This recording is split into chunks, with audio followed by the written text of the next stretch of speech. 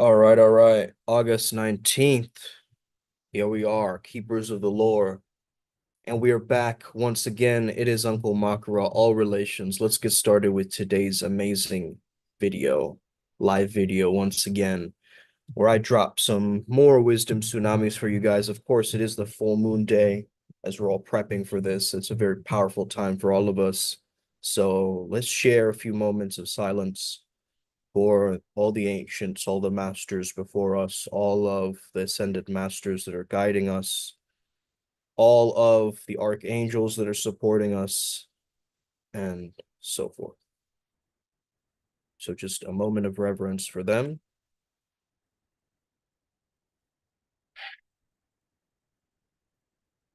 Okay, good. So let's get started with today. Okay, this is going to be a very, very empowering topic. And we're going to be talking about a lot of different things, specifically shamanism. I really want to break down shamanism for you guys because I know we've talked about it on this channel as modern shamans. We are peak performance shamans, of course, but we have to understand the roots of this thing if we really want to work with these energies. Okay. So get strapped in. I know the background is going to bring you through almost a vision quest, a journey. So just follow along. Okay. And embrace the mysticism that is about to emerge. Okay. All right. Let's share this with the tribe. Let's get it. All right. Sweet. So we are live. Let's get started, guys. So the term shamanism comes from the Manchu Tungus word, saman. Okay. The word sha, is to know something. So a shaman literally means the one who knows, the one with knowledge. Okay. We understand also the word philosophy means a lover of wisdom. Okay. Now, a shaman, it reminds me of the Sanskrit term, also shamana, which means a wandering monk or a very holy figure, right? And I honestly think that shamans are the keepers of the lore, of a specific tradition or a mystery school or a culture or society. The shamans were the healers of the tribe. Okay, they were the medicine man or medicine woman who was there to protect the story, the culture, the narrative, right? And so they were the lore keepers, they were the storyline keepers, just like you have to understand that you are a storyline keeper. Because shamans start with a story, with a ritual that they're doing, beginning, middle, and end, correct? Just like a story has a beginning, middle, and end. Okay. So let's start to first of all understand Chief Deno is one of my main, shamanic deities. He's a were tiger that I came across. Okay. And there's a lot of like tiger imagery that I've gotten growing up in my life. Okay. Random tiger imagery from out of nowhere, from Calvin and Hobbes to random tigers I would watch or SWAT cats and, all sorts of different versions of tigers that I would see, Thundercats and uh, who was a few other ones like from He-Man, right? That a battle cat. Okay. So these would always show up for me as a symbolism. Then I found out that Chief Deno was trying to contact me later on in my life. Okay. When I came across and worked with other shamans who gave me that permission slip, in a sense, they gave me that understanding of that. Okay. So shamans obviously they use plants, they use different herbs to tap into altered states of mind. Okay. We do this, but a lot of people they just take substances to get high. They don't have any intention, any ritualistic purpose for it, They're not really creating the type of outcome that they want with the substance that they're using. Okay. So it's very, very impractical, you could say. Okay. Whereas shamanism is the oldest known spiritual system. If you really go back to it, it's the universe is just more than the physical world, man, right? It's not just this physical world that you see around you. There is so much going on that we're unaware of. There's ultraviolet lights and different, things that are there. But you have to understand, it comes as no surprise that more people are being called into this practice, into this work of being a shaman, being a healer. Okay. So we are the energy and light beings, bro. What the fuck, right? That's wild to me because we are wild. We are the wilderness. We are nature. Our individual and collective systems of shamanism restores humanity. And it's like, what, 60,000 years old? I don't even know, man. Most people of all religions, all faiths practice shamanism in some form, right? So there's no rules or beliefs here. It's based on the direct revelation of the spiritual encounters there. That means that you have a direct experience with the spirit world if you are a savage shaman. Why do we use the word savage? Savage because we are basically embodying the concept that we call the priest beast. So savage is the beast part, the shaman is the priest, okay? So it's a good combination of survival and spirituality together, which is what we need in a changing world, okay? A dynamic world. Primal Sutra is here to take a stand for this. And not to disrespect any indigenous cultures, we are all connected with Mother Earth, right? We understand that these medicinal teachings, they were first transferred orally from person to person. So now we've always had this idea of initiation, right? Or going into a new culture and going into a new vision, all right? And it's really, really important to consider that, okay? Yo, Ryan G. So if we want to address contemporary traumas through the shamanic soul practices, they're basically there to rebalance our energy bodies, okay? And our energetic systems that have unwanted attachments or entities or, any shamanic practitioners can guide the spirit to also go into the afterlife. This is a process called recapitulation, okay? Where you transition into the next life and you feel unburdened by the resistances of death and the fear of death. So the fear of death is relocated into your root chakra, okay? If you cannot lucid dream, if you cannot astral travel, if you cannot see visions, you have a fear of death. You have a fear of letting go of the ego, right? And shamans are experts in ego death. They understand it. They know how to use the transformation in order to get them to the pot of gold. Okay, shout out Uncle Pete. Now we have to understand also that this is a sacred wisdom teaching, which requires us to explore topics such as non-suffering, non-judgment, okay? We want to embrace the beauty and the divinity in all of this and not just look at it as, how King Daksha described Shiva as this savage, shabby-looking dude who was unhygienic and misbehaved wanderer. We have to have that civilized etiquette, okay? At the same time. Shiva was the only god today, by the way. He was very shamanistic by characteristics, okay? When wearing his three-shield today. Some may even say that this is Poseidon, okay? But we're also connected to the Hindu Poseidon. So a civilized monster needs to contemplate and face their own darkness. The shaman is also the one who can see in the dark, okay? The one who can see in the dark. So Odin, I would say, is one of the greatest examples of this, okay? I think Odin, as well as,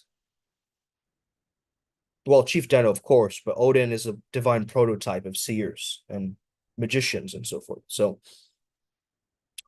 I love what Terence McKenna said about shamanism, okay? And this guy, he's a psychonaut, he's a explorer, philosopher. He always speaks like this, okay? Yeah, I get it. But the man's smart, okay? And he has a bunch of things to say about shamanism. One thing is it's a more authentic state of being somehow.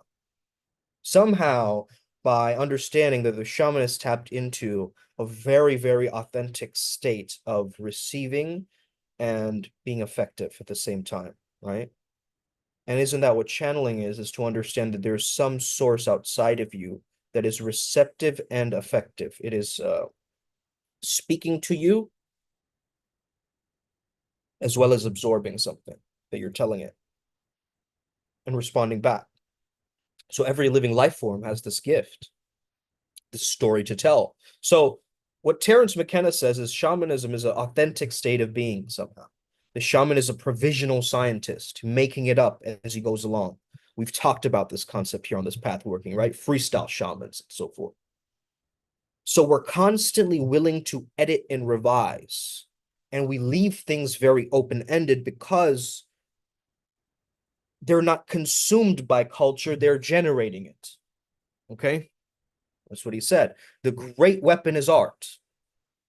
because it is subversive. It's cheap to produce, and most of the clear myths come to be through artistic stories. And this is why I keep saying we're the lore keepers. Let's lore max in this shit, right? Let's build up our characters to such a level where they won't be able to ignore us anymore, right? It's there is such a pushing of the envelope right now, this rebellious energy that we're getting from the full moon, that we are going to have to create miraculous cures, produce poetry, and give permission to ourselves to be cultural evolutionists, expanders of the evolution. Okay. So Terence McKenna said, the shamans are the micro vectors of movement into the future, the anticipators. Okay. The ones who peer over the edge of the future and sees what is going to happen. Okay. Last night I had a weird ass dream about gnomes, okay, neutralizing these dark pixie beings with various butterfly wings. And to me, that was very profound, actually, because I've been guided through this weird visualization. I did a Varunani ritual before that, day before, I believe, and there was such a powerful sense of I understood that I was connected to nature and I needed to be patient for this whole, dream trip thing to work.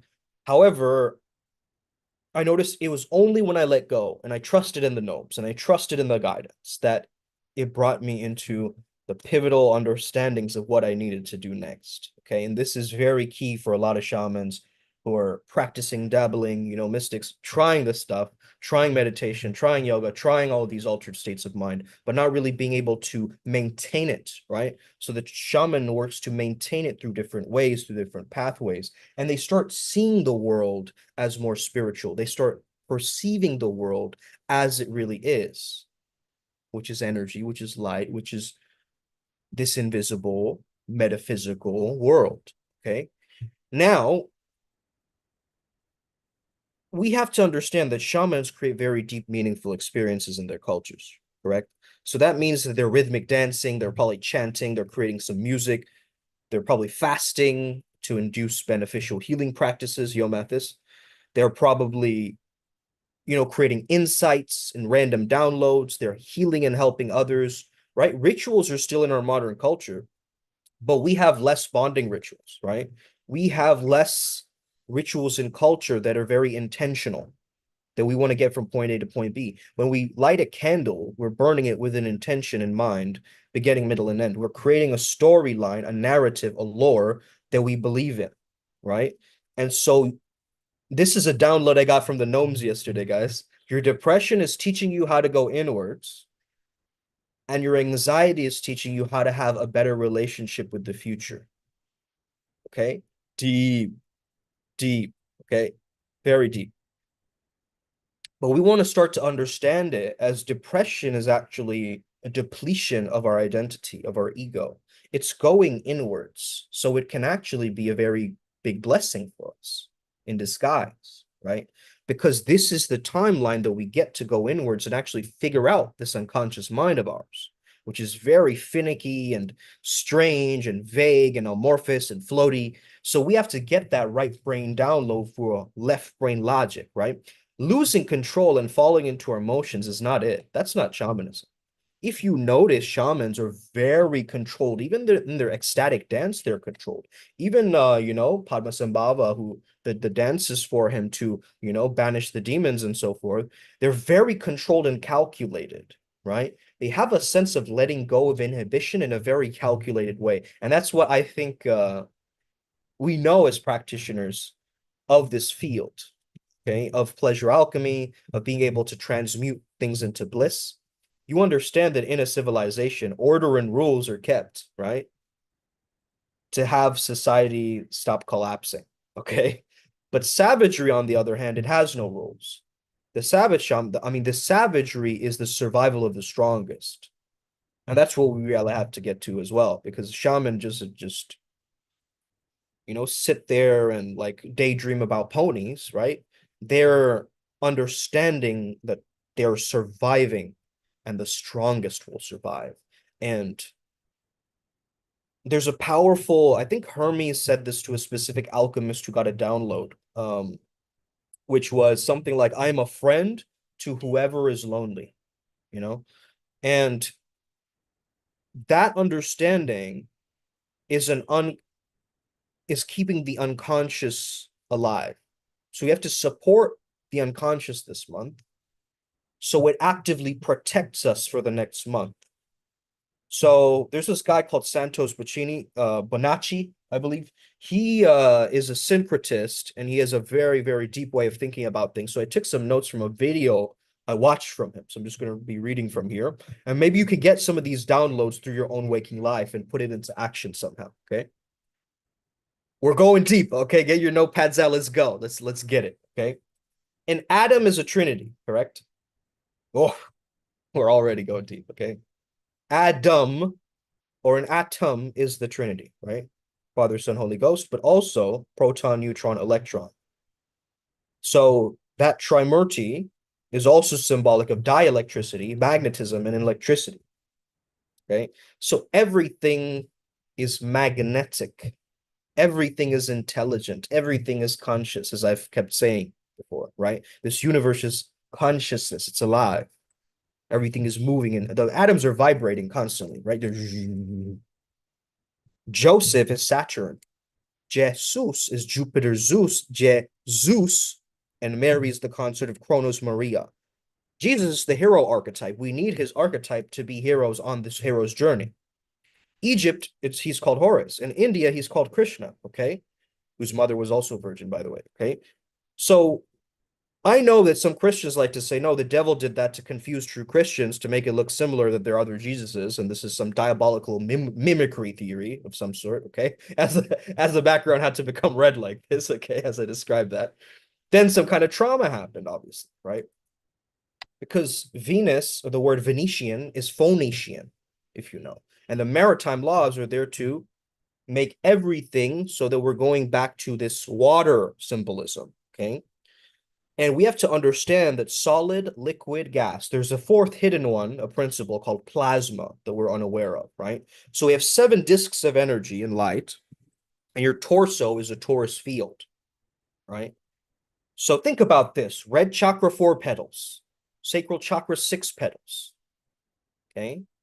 Solar plexus chakra, 10 petals. Why is it going 4, 6, 10, 12, 16, and then it's like 96 petals? And then why does it go 1,000 petals in the Sahasrara, right? In the crown chakra? Have you guys ever thought of that? Because altogether, if you add them up, it's the 144,000, I believe, if you take some of those numbers, okay? You do the actual advanced mathematics of that shit. So a blue laser that is more above, okay, throat chakra is going to burn you more than a red laser in the root chakra, okay? So inside we have this spine, and the spine is like the Mount Meru, okay? And on top of the mountain, you have the Lamb of God, Aries, Ram of God, Lamb of God, okay? Ram, also a state of consciousness, okay, in Hindu mythology. But the holiness that we all see and understand as holiness is wholeness, is sanity, is completeness. When you go just living in a purely root-based existence in the root chakra and you don't rise up in your higher chakras as a shaman, you will be very, very incomplete. You will feel insane. You will feel fragmented. Somebody who's insane, you could say that they're fragmented. They've denied some aspects of their personality and they're going insane, right? They're splitting from the inside. And this is what trauma does to us as well. It splits us from the inside. 2 concepts that used to belong as friends are now splitting and becoming polar opposites, like love and freedom. So when you feel like you're free, you don't feel loved. When you feel you're loved, you don't feel free, right? And so the whole process of healing, individuation, self-actualization, whatever you want to call that word, right? It's all different layers of the same thing, okay? Enlightenment. I mean, the whole Illuminati symbol too, if you really look at that one, right? We're here to illuminate here in this particular full moon. But if you understand, this symbol of the eye is attention. Whatever we put on the mental world, and this is what the elites know, they know that it's all mental. They know that it's a mental world. We, as a modern day people, we do not know that. We struggle with that. that understanding at least. These people, they know that, right? And so we're all using these words that denote stars because we are stardust. We are stars. So good people are called mass stars. Then we have rock stars and superstars, okay? And most people want to be mob stars, okay? Or not impostars, okay? But instead, they even want you to connect with your ancestors, right? But they're all connecting back to the stars. Now, speaking back to one of Matthes's particular beings, Helios. Helios is the sun. And they had a process of the Helionostics. They had a process of sun gazing, right? Where palm, the word palm is an anagram for lamp, right? And so without the sun, no atom will charge. It gives all directions, right? The sun is shining in all directions at once. The sun is Michael. The sun, that's why so many ancient indigenous cultures, they worship the sun. They understand. But be careful, sun worship, moon worship can also go into Luciferian and Ahrimanic consciousness. So we have to be careful of that, but also understand that fire and heat are different, but they're never separate, right? It's all part of the same thing. Like light is never different from the sun, from the heat, from the, it's like the Zoroastrianism, the Zoroastrians, right? They said that there are three suns, actually. One sun is the regular sun that we know in the sky. Then they say that there is another soul of the sun, Sol Invictus, that is behind the sun, like the sun's shadow. Okay? Then they also say that the spirit is the highest part of the Godhead, or monad, or soul, or RAM in the computer, the RAM in the computer, right? The theater is the screen that we're watching, or through our eyes, we're the observers of this giant play, this Leela, that we're all dancing and partaking in, right? So what connects all shamans on the planet? It's an awakening to other orders of reality than the physical one. The experience of ecstasy or ananda or bliss and the opening up to these visionary realms, which is the essence of the shamanic mission, said John Halifax, okay? So shamanism is a prototype of healing, an archetype of healing, whereas many other forms of healing are derived from this, like ancient and even modern psychotherapy, okay, and psychoanalysis. So we have people like Jung looking at archetypes, right? Primordial images, even some of these weird cave paintings, right? They show these weird alien hybrid beings all of a sudden, right? So you can't conquer nature with reason, bro. All that exists is in this world soul, this anima mundi, right? That we all know. So the shaman turns this chaos into order. They overcome their own existential crises. They are psychopomps through initiatory rites. They bring people into that underworld. Or actually, there's three shamanic worlds. One is the oversoul, undersoul, and then there's a middle world too. So Mary von Franz, who I love her, man. she's such a she creates these mic drops, right? So she said something along these lines, okay? It's a purely instinctive unconscious force that's far greater and more powerful than the ego. The wisdom of nature yet does not possess the light of human consciousness. Okay? So when we go into the underworld, our own depression, our own darkness, we first of all have to go through trials of fire. It's catonic, it's dark, it's catabasis. It's the dark side of the moon, right? Where all the hidden stuff is happening. So the gold needs to be mined from there in the shadows. The gold of the shadows is the golden shadow. It needs to be mined there, okay? But then we also have the immortality, the amrita, the ambrosia, the eternal life. That comes through the super consciousness, the oversoul energies. How the shamans, however, are creating an inner authority that comes from the product of overcoming their own inner turmoil, right? So they're fighting evil within, therefore fighting evil without on the external. Okay. So you as a shaman, you actually have a big responsibility of being able to understand and be righteous internally and hold the light and the flame amidst all the chaos and be able to immortalize your own sense of avatar. Okay. You unconsciously, you see that all of the spirits of sickness, right, that are inside of you. And a good therapist or a counselor or a healer, they have to dwell inwardly in order to notice that, how am I able to heal some of my clients, patients, students? It's the fact that I've gone through that myself and I see the patterns in me and how I've been able to handle that, or I've been at the brunt of something that they're going through. So I'm trying to find the method acting, the closest line of intuition to what they're saying and what they're going through. You need a deep level of empathy, but like I was saying yesterday, man, your empathy is a privilege. So you got to understand that. I mean, in the post on Instagram, right?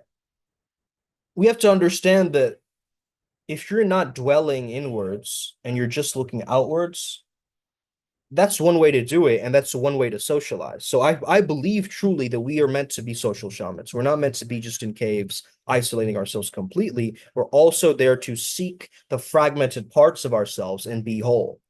And only the wounded healer heals, right? You need a wound in order to heal from that wound to be able to then heal others. It's wild. It's a trip, right?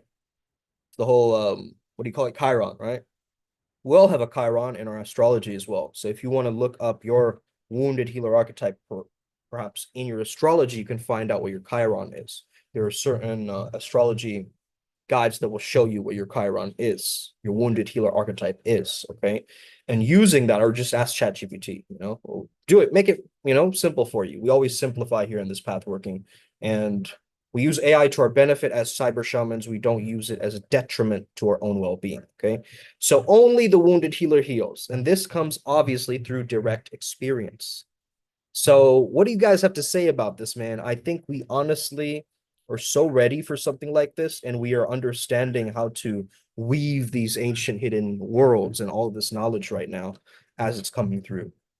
But for this particular full moon, I just want to state this full moon is going to be at the precipice of a lot of different things at once, right? Super moon, blue moon, sturgeon moon, right? It's just a lot of energies coinciding and coming together to create a warping wormhole type of energy, right? So we can really use this time to recreate ourselves, to understand who we truly prefer to be and double down on those archetypes that we know that we're meant to be, right? And that's what's coming through. Again, it's the spiraling energy of going inwards again and then up. Okay. It's the seven usui, right? Ooh. But then it's also the energy right now of illumination. So we have to learn how to shine. We have to take the ability, Ryan G got this download too from Uncle P, is the ability to find the gold in everything, right? In whatever we do. So it's not just the goldenness that we are creating. And as we found out, we're meant to be gold. When take my money, we're meant to be gold diggers, but we are also meant to be gold. Okay. We are meant to, the alchemical gold is a spiritual gold. That the lead to gold happens spiritually as well. The blackening, the melanosis, that's the depression. That's the going into the darkness, right? Into the dark cave. And on the other side, we find that there is so much beauty, so much truth, so much glory, okay, that we can activate. So let's start to work with these profound energies that are coming through. I truly believe that if you are connecting to your own shamanic roots, you got to look at your own ancestry and what resonates. Your name is also very key. It's like 1/3 of your soul. So if you really understand that much deeper, you can start to explore that, right? Mathis, you sent me like this huge list of like my name and its meaning in Chattopadhyay from Chatterjee, and like I started to reflect on that because originally my name also comes from Shujogo, which is Yagna. Yagna is from the fire, which is also connected to Agni, which is interesting. But if I'm named after a ritual fire like that, or Sumedo, the monk, or whatever, that goes to show me that I do have that spark of that energy of the fire, right? The ritual fire is across all pantheons, all path workings. We need fire in order to do rituals and even get it started, right? So it's interesting how I'm on a water path, but I'm named after the fire, and then now we're creating smoke. I think this theme keeps coming up over and over again for us as we're just finding the overlaps, right? It's symbolic, right? It's spiraling inwards, okay, with the orange. I like that. Uh, like a shell, right? Like two shells. All right, guys. Any questions? Anything coming up? What's going on for you? Is this too psychedelic? Is the background distracting you? Are you like floating around like in your own metaphysical world? Is this good? What's coming up? Let me know. There's 7 people watching, so type it in the live chat. What's new for you? What you need help with? I'll take any questions right now. If there's no questions, I'm gonna end it. But it is almost 3:33, so I'm sure there's a few questions here to discuss. And make it a good open-ended one, man. Don't just be a yes or no. Yeah, yes or no's, I'll take those, but make it a question that's we can all ponder together. Okay.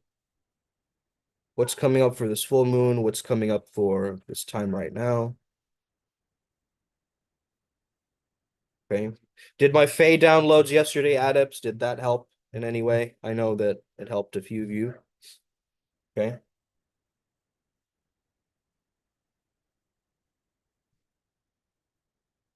Anything? Nope. Okay. All right. So we'll continue. So if you understand this energy of the shaman, you also get that you have to understand how to play with your own shamanic purpose. Okay. If you're too ego attached, you get a bad haircut and you're done, bro. Okay. But if you roast yourself, right, you're this infinite multidimensional being, right? You're poking holes into your own societal constructs. How are the Fae, the gnomes, and leprechauns related? So that's an interesting one, man. I think they're all earth beings because it's interesting how in one of the diagrams that I had shared with the adepts, it was showing that even the undines are like water fae, and like how, salamanders could be known as fire fae in a way. I don't know how deep that is, but I'm not saying that, but what it is resembling is like the fae energy is a way that merges heaven and hell, similar to the dragon energies. Okay. So fays are neither good nor bad. They're free from the karmic loop cycles. Okay. And gnomes are very connected to the earth underground, submerged deep into the earth. Okay. So they live underneath the earth. But this is also, think about this, similar to Nagas, how we lived in Pataloka. I say we because I have a Naga connection and lineage and so forth. And if you look back at all the royalty, like if you look back to the first people, right? They're all Nagas. They're all snake beings. They're not fully snake beings. They're not humans either. Okay. They have this reptile. This is why we had reptile brains, right? We have this connection towards ourselves, but we got to understand that that also complicates things for us. Okay. And why is it that all of the Hindu gods like are praying to these different snakes? It makes no sense, right? It has no connection to anything else other than the fact that it's this primordial life energy. Okay. Now, a lot of witchcraft is the pursuit of power, right? Dark magic, black magic is the pursuit of power, whereas the light work is the pursuit of almost a sense of healing purity, right? And divinity. So it's going more towards one energy, and the other one is almost like a sense of that rebellion, right? The the rebel angel Lucifer fell from heaven, right? To be able to go against the grain. And he eventually became a dragon, and then he had to fight Michael, right, in order to make these things work. But let's get back to the gnome topic. How are the Fae, gnomes, and leprechauns related? So in Irish myth, the leprechauns are associated with the pot of gold at the end of the rainbow, wealth, abundance, mysticism. The dwarf-like beings were seen to also be connected to Earth. Okay. And again, King Gob and so forth. So they're underground creatures, right? They don't show themselves up into the general public. They're very isolated, outcast energies, the Fae. So that's how they're all related. They're um away from modern society in a way. There are modern Fae, but they're very hidden, right? Um, if I were to generally look at certain people's archetypes, right? Dove Cameron is a great example of Fae, right? Um, who else? A few other ones, Ziani, right, or whatever. But anyway, has more dark Fae pixie. Okay, how are these beings? Hold on, I can't read that. Ryan G, 1 second. Let me just move this around. How can these beings even be spiritual? Well, that's the thing. All these beings, they exist within our psyche, within our own minds, because they come through myths and they're technically egregores, right? If you think about them. So they're in this spiritual world. Through the third eye, we can actually perceive these beings and connect with them. I was actually looking through the Kybalion, and there's like these physical plane, there's an animal plane, there's a plant plane, right? And all these different planes of existence, we have different entities and different beings that you're even communicating with and connecting with, considering the archangels, considering, many other of these beings. So how does it make it spiritual? Is it's using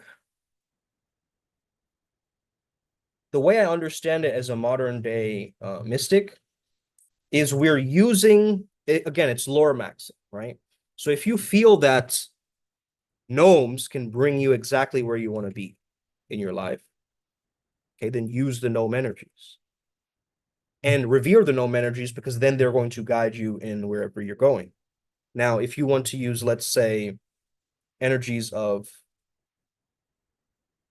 your own individual animal totem or something like this, right? Let's say that your animal totem is, let's think of a random one, a bird of some sort. Let's say it's an eagle or a hawk, okay? Now there's so many things you can do with this, right? And it depends on a lot of factors. Number one, your most dominant chakra, okay? What's your path working of your chakra? Hey, I'm gonna start posting like memes of myself, guys, of like, you're trying to open one chakra, I've opened all seven. Keep up now, or something like that. Uh just very exaggerated shamanic, memes like that. I'm just thinking about it. It's just the download came yesterday or day before. So what was I talking about again? Oh yeah, the why is this all spiritual, right? How can these beings even all be spiritual? So think about this. The Hindu gods are different, like avatars and archetypes that we need in order to create something, right? So if you want to tap into the energy of wealth, you tap into Lakshmi Kubera's energy, and then you pull it through you by doing a ritual on the external world through this idol and all of these fruits and random things. You're burning candles and incense and all this stuff. It's there to just revere that image, which already exists within us, right? In our own internal worlds. So that's how these beings can be spiritual in a certain way, because they could be mythical, and you could go very, you know, LARPing mode into this, like just role play, with this MMORPG fantasy cosplay route with this. But the spirituality elements, it hosts thousands and different, variants, could say, of different entities, different spirits, different beings, right? So it's just how cautious we're being, how mindful we're being of those spirits that already are within us and exist with us. Usually we have a past life connection with certain spirits, and they're there for the long haul, okay? So there's some that maybe are your Kula Deva or your family deity that is very important in knowing. Now, sometimes you could even get into such a good relationship with your Kula Deva. I don't know the exact process of that. I'm going to have to tap into Nagaraja's energy. However, your particular family deity, if you have a good relationship with that one deity, they will guide you through the process of ascension. It'll be very quick, easy, swift, with their path working in a sense. Because they are connected to your family, they know your ancestry and so forth. Okay. Any other questions? These were great questions, by the way, Ryan. As you said, as you have seen, it's got me on a tangent. Okay, so that's good. That's what I was looking for. Thank you. Anything else? Any other questions, guys? Or else I'll wrap it up for today, and we can just start prepping for the full moon energies that are emerging. Okay.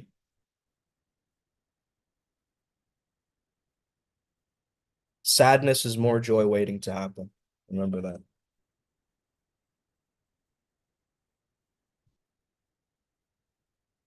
Divine child time in my prime.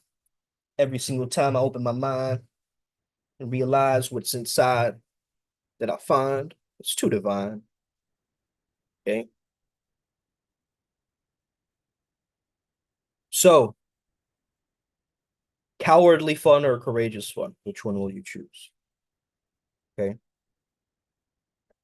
We need inspiration and confidence to be mystics and shamans. You need that confidence. You need that fearlessness, right? To be able to tackle past that first fear, you need to clear that fear of death from your root chakra.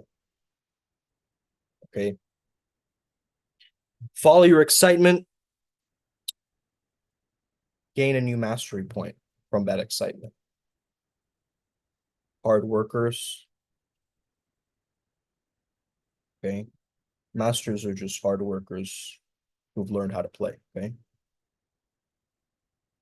The flow is with you in the right moments of time. All right.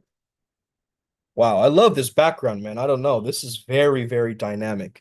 If what if someone plays like a very trippy music, like a song score behind me, and this is happening and this lecture is happening, you know what I mean? That's gonna be bomb. That's gonna be intense and amazing. Okay.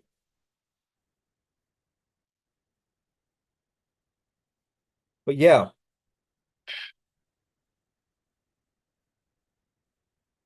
any questions? Any questions about how I met Chief Deno? Any questions about shamanism?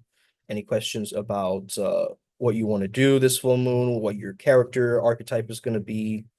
How you're going to step into this new role as a shaman? Okay. Do you have a question about dreams? Do you have a question about vision quests? Do you have a question about um, maybe how to be a social shaman? Because we are slowly delving into social September. Okay. September is going to be a social one. I can tell. It's how we will use our shamanship, shamanship instead of showmanship, right? Shaman showman, the shaman showman, right? The ability to be the entertaining practitioner of the healing arts. Okay. Don't be a boring healer, bro. Hey there, guys. Love and light. Welcome to my channel. Today we're going to be discussing the way that the Earth Star chakra pierces through your second Arcturian circuit in your lower bone cartilage areas. Say what? You said what now? The solar plexus chakra is so profound, and ultimately it's bringing you towards such an infinite grace and openness through your heart space as it melts into the forest of dense nothingness. Okay, we can talk like that for hours, okay? We're not going to get anywhere as shamans, right? We can get into that floaty, poetic, philosophical space, but how will we actually maintain that, right? Claudia says, how do you find your family deity? Yeah, that's the question I was telling you is I have to tap into asking Nagaraja about this, but I think it has something to do with your astrology or something like that. I'll have to find out and let you know on that. I don't know exactly right now how to find it, but I've heard the term being used multiple times now. So uh, here we go. Shamanism and leprechauns, anything on the snakes that were killed in Ireland, etc. No, I feel like that thing was a separate encounter altogether. I think they had their own reasons for that. Um, yeah, shamanism and leprechaun nature. Well, let's look up if there's any link. Is there a link between shamanism and leprechauns? Okay, it's more symbolic and cultural than direct. Okay. So Irish folklore, small mischievous solitary beings skilled in crafting and hiding treasure, right? So they not only made treasure, they also hid the treasure. And they usually hid it at the end of the rainbow, end of the seven chakras, right? So this is a wider awakening myth. The Celtic Kairs is their version of the chakra systems, okay? And they are associated with the fairy folk, right? The leprechauns too, the fae. The fae are a part of the larger Celtic myth, right? And so they're like tricksters, but they're also symbols of luck and fortune. It's wild, right? That's such a paradox. They're lucky clowns. What? Okay. Sort of like a Heyoka, right? Wouldn't you say leprechauns are like Heyoka? Fiddly dee, baby. Okay. I feel like Ned Flanders, Oakley dokley, that would be like a leprechaun thing to say, right? Uh, not spiritual practitioners, but they're a part of the rich tapestry of Ireland, let's just say. So both tap into the mystical and unseen aspects of the world. In some New Age and modern practices, there might be an integration of shamanic practices linked from various myths.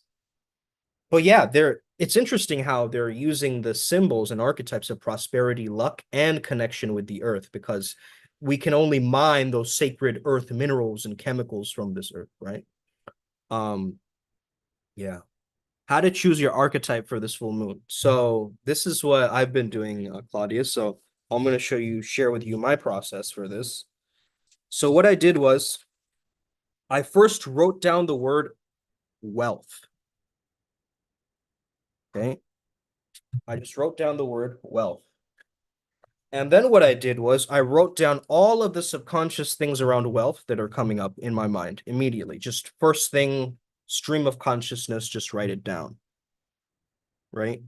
Credit card, debt, okay, shiny things, bling, okay, um, let's see, travel, wealth. For some reason, I'm seeing a top hat. For some reason, I'm seeing a monocle. Okay, those are like symbolic archetypes of wealth. Let me see. Economy. Okay, so first of all, just do a brain dump like this. Now, these specific words will give you essences or feelings, right? How does that make you feel? When I say the word bling, how does that make you feel? When I say the word travel, how does that make you feel, right? Prestige is the word that came up for me from bring. And for travel, the word perspective. Prestige and perspective. Now we're getting more into the feeling emotion. So we went from the root chakra, just writing the words down, finding the physical origin of these things, right? And now we're going into the feeling, the sacral. Then we want to do something with this, right? Before we can actually make it an avatar. We have to do something with this energy. So what do we do? Maybe you just do some research, or you can watch a movie on something that might spark something new insight. It might be that you go for a walk, you're guided to go for a walk, you're guided to do something else, right? With that energy, with those feelings of the words that you wrote down. What does credit card make you feel like? Okay. Swiping, the actual act of swiping a debit card or something, right? Does it make you feel like? So this theme of this particular full moon is illumination and rebellion, right?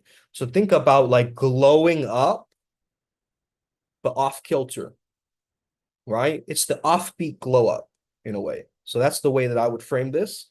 And so as I'm moving into the solar plexus, then I go into my heart space and I really feel into the actions that I've done, right? And then I say something into existence. Blah, blah, blah, blah. And then I'll get the archetype and the third eye and the crown. Okay. This is usually the process. So I go from the chakras, there's this whole brainstorming process. I take the concepts from the physical world. I look at the physical world. These are this, this, this, this. Now, there may be random words in there that have nothing to do with money, like piggy bank or something, like a pig or something comes up, right? Now, even that, you can get certain ideas, right, for the avatar. Now, as I've explored, suddenly I find like I'm on Joe Rogan and I'm watching like Snoop Dogg speak. Okay. And he's saying something about something profound, right? In the beginning of that podcast. I forgot what he even said. But then I just immediately I wrote down Snoop Dogg. So I found him after this process of writing all this down, going through this, and then suddenly I came across the video because my guides knew, you know. Um, for some reason they do wear a top hat, a green hat with a gold bucket. Oh yeah, the the leprechauns too, right? Yeah. Monopoly Man, yeah. Exactly, right. That's the imagery we immediately get, or like Scrooge McDuck or something, right? As we saw. So all these amplified, expansive ideas around money and wealth, right? There's some shadow stuff there too, but it's rich, unconscious materia that we can use. It's matter, right? So it does matter to us, at least. Okay, so this is how you're going to find your archetype in this full moon. I would highly recommend that you start just brainstorm, you know, Vajra storm. Let's go. Lightning storm. Okay. You just have to put all of your ideas around wealth down or abundance. You could even use that word if wealth isn't. You have to find the word that really makes you move internally. The Shakti starts to flow, right? So it might even be that the word wealth doesn't resonate with you and you choose prosperity, or the word finances, it doesn't sound right to you. And so you use another word. Okay. So find the word, write the word down that resonates with this theme of money. You can even write money. Okay. You can even write rich and see what comes up. Right. So these are just some ideas right off the bat. And I think this process has worked for me. I love to have at least 3 songs. Okay. Of my full moon practice. So I will have the first song, which is like a warm-up song, to the centerpiece of the song. And then it ends with something. Okay.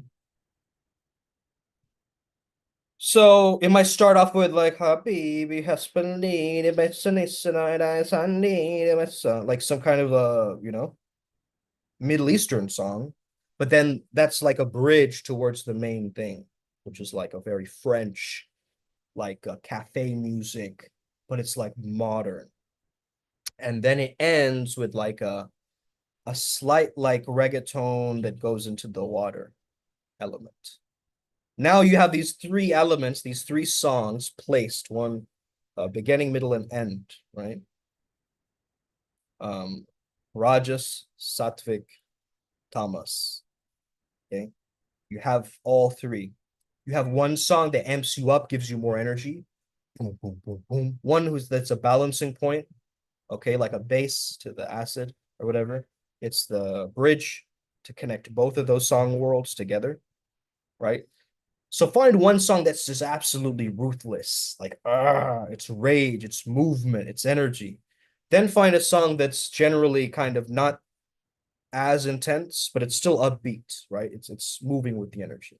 And then the last Tomasic record, okay, is the very slow, like the very it brings you into a peace or a stillness, right?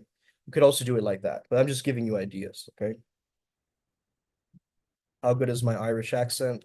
It's all right, bro. Like it's not the best, I don't think. I remember when I was channeling Dawn, Dunn or Donn, right? The Celtic god of death or whatever at the time. Um Fiddly dee potatoes. Okay. I don't really have a well, I am good at every accent, bro. Let's be honest. But Yeah, the Irish one is a little bit complicated. I don't know where the hell I'm going. Maybe I should go left or maybe I should go right. But I don't know if I should go left or right. Perhaps I should just go in the middle of the street and start yelling my hands, my wee little hands, and start, you want to get into a scuffle? I just imagine like a very like a miniaturized version of Conor McGregor, right? Just walking through the street, right? Uh awesome. Thank you for the explanation. Channeling Uncle P tonight or someone else? Probably gonna be someone else, but we'll see. We can do it Uncle P maybe. I'll test closer to the time. But yeah, powerful. All right, guys, I got to get back to revision time, back to work. Let's get it. Upward Spiral Gang. May we never be the same again. I hope you enjoyed this session. Have a great full moon. Make sure you light those candles, burn that incense, burn that sage. Make sure it's for you and nobody else. Okay. I just want to end with some of these things I've written down. So this is the style. By the way, I just got random money in my account randomly. Boom. Just showed up today. Okay. It might not be random, so I'll figure out where it's coming from. I've already healed your shadow before you even acknowledged it. You're still grounding. I've been in the astral for hours. I did a vision quest while you were still scrolling for inspiration. Keep up. You're still smudging. I've purified my whole lineage. Stay with me now. I've already integrated my past lives where you're still sipping your morning tea. Okay. My Primal Sutra students have already opened all 7 chakras, and here you are worried about one of your chakras. Right? That's the kind of post that I'm talking about. But let's get it, man. Upward Spiral. May we never be the same again. I hope you enjoyed this. Let's keep winning. And let's create a winning streak. Okay? Let's get it. Upward Spiral. May we never be the same again.